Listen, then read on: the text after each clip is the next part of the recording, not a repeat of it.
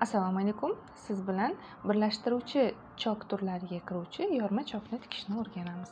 Yorma choklar charm buyumlarini tikishda asosan foydalaniladi yoki bo'lmasa dazmol qilish mumkin bo'lmagan matolarni tikishda yorma choklardan foydalaniladi.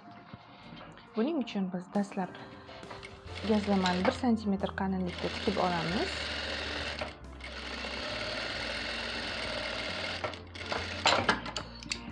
Santimetr qalinlikda tikib olindi. Ana endi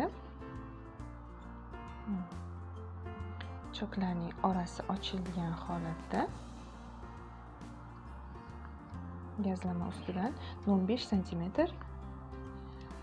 kenglikda tikiladi. Chok orqasidagi chok yorib, ustidan 0,5 sm kenglikda bostiriladi.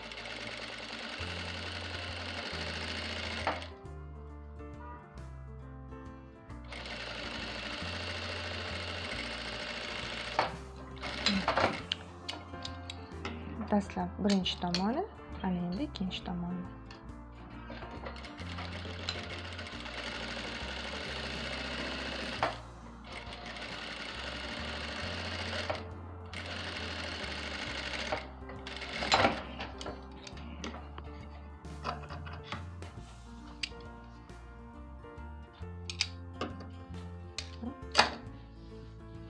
Mana azizlar, yorma chokimiz ham tayyor bo'ldi.